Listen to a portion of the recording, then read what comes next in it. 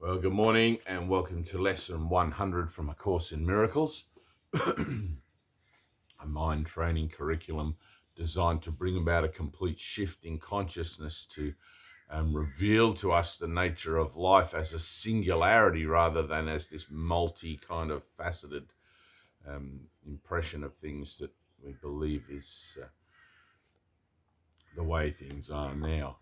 So my part is essential to God's plan for salvation. Just as God's Son completes his Father, so your part in it completes your Father's plan. Salvation must reverse the mad belief in separate thoughts and separate bodies. Oh, this is good.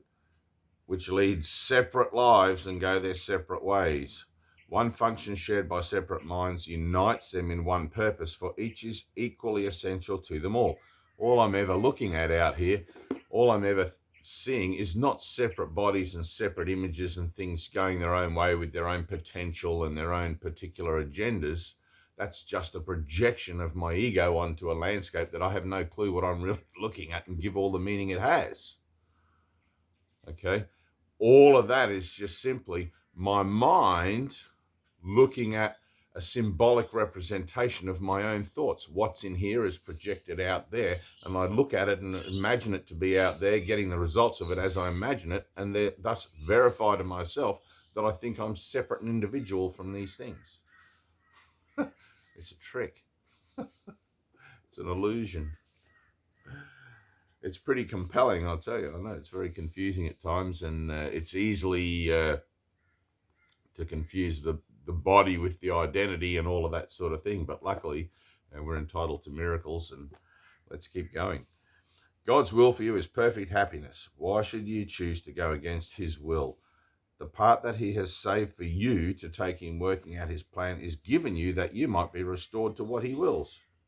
This part is as essential to his plan as to your happiness. Your joy must be complete to let his plan be understood by those to whom he sends you. Your joy must be complete to let his plan be understood by those to whom he sends you. They will see their function in your shining face and hear God calling to them in your happy laugh. You are indeed essential to God's plan. Without your joy, his joy is incomplete. Without your smile, the world cannot be saved. While you are sad, the light which God himself appointed as the means to save the world is dim and lusterless, and no one laughs because all laughter can but echo yours, since there's only one mind. You are indeed essential to God's plan. Just as your light increases every light that shines in heaven, so your joy on earth calls to all minds to let their sorrows go and take their place beside you in God's plan. Let it go. Just let it go. God's messengers are joyous, and their joy heals sorrow and despair. They are the proof that God wills perfect happiness for all who will accept their Father's gifts as theirs. We will not let ourselves be sad today. Ready? That's a choice. Being sad is a choice. Don't do that.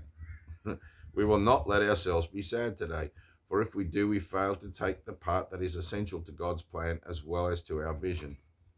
Sadness is the sign that you would play another part instead of what has been assigned to you by God. Thus do you fail to show the world how great the happiness he wills for you, and so you do not recognize that it is yours. Today we will attempt to understand joy is our function here. If you are sad, your part is unfulfilled, and all the world is thus deprived of joy along with you. God asks that you be happy so the world can see how much he loves his Son and wills no sorrow rise to abate his joy. No fear besets him to disturb his peace. You are God's messenger today. You bring his happiness to all you look upon, his peace to everyone who looks on you and sees his message in your happy face. We will prepare ourselves for this today in our 5-minute practice periods by feeling happiness arise in us according to our Father's will and ours. Begin the exercises with the thought today's idea contains. My part is essential to God's plan for salvation. Then realize your part is to be happy.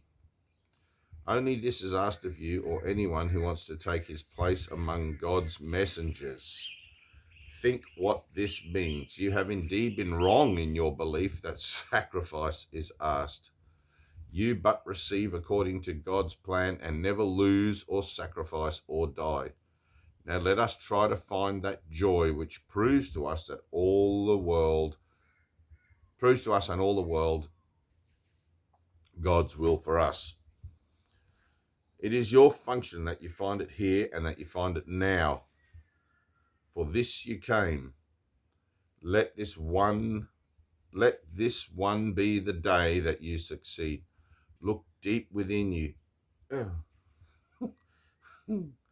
Undismayed by all the little thoughts and foolish goals you pass as you ascend to meet the Christ in you. He will be there. And you... Yeah.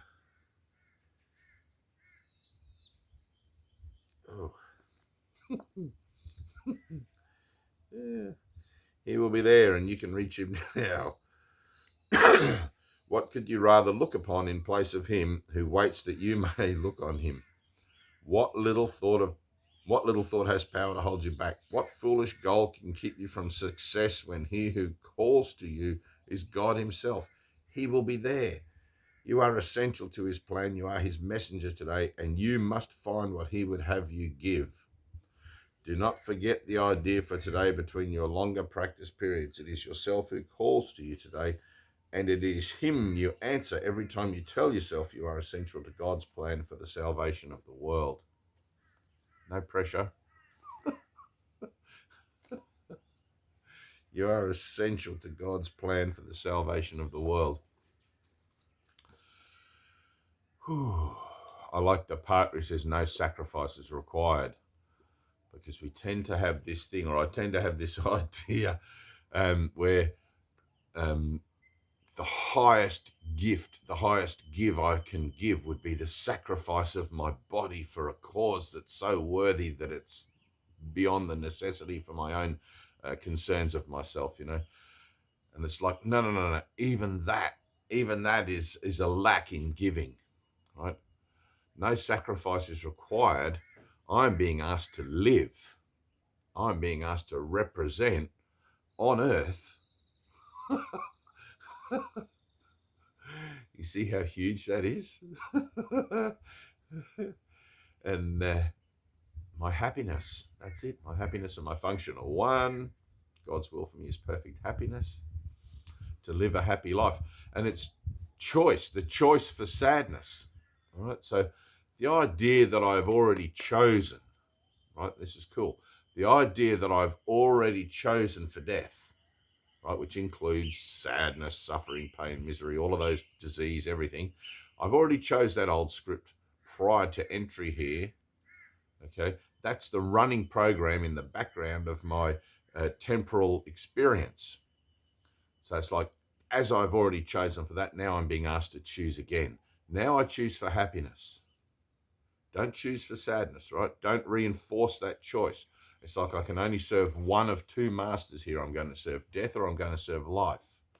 And it takes a moment. It takes these 365 lessons in this particular curriculum to begin to wrap my head around the idea that this is a conscious, active choice that I have to make in every moment of the day, wherever death seems to play a part, wherever death seems to show up as a little sigh of sadness or what I think is an opportunity to hold a grievance or any of those sorts of things. In the realization that, hang on a minute, there are not separate bodies and separate things going on out here and different people. It's the reflections of my thinking that I'm seeing here, my own mirror, that's showing me something in symbolic form I can recognize, that I can look at and say, that's jealousy, or that's greed, or that's anger, or that's whatever. That's a narcissist, and that's what's that other one? The gaslighter. That's a gaslighter, and that's all of these things, all of these judgments, and put my finger on my nose and accept, hang on a minute, as above, so below. I'm not separate from anything I see. Everything is just a reflection of some aspect of my mind, which I previously attempted to separate out through the idea of potential contained within the time frame continuum, so I can extend this period or this dreaming of the belief in separation, which I'm now collapsing in on itself through the pulling in, let's say, or the collapsing of the past and the future into the here and the now, where I'm one with all things. And that's really quite a joyous thing to be about. I can't think of anything that I'd rather be about. All right, well, that's it. So my part is essential for God's plan to salvation. Tomorrow, lesson 101. God's will for me is perfect happiness, which is self-explanatory, really. Do we need a lesson for that? But we will. All right, see you tomorrow. Peace.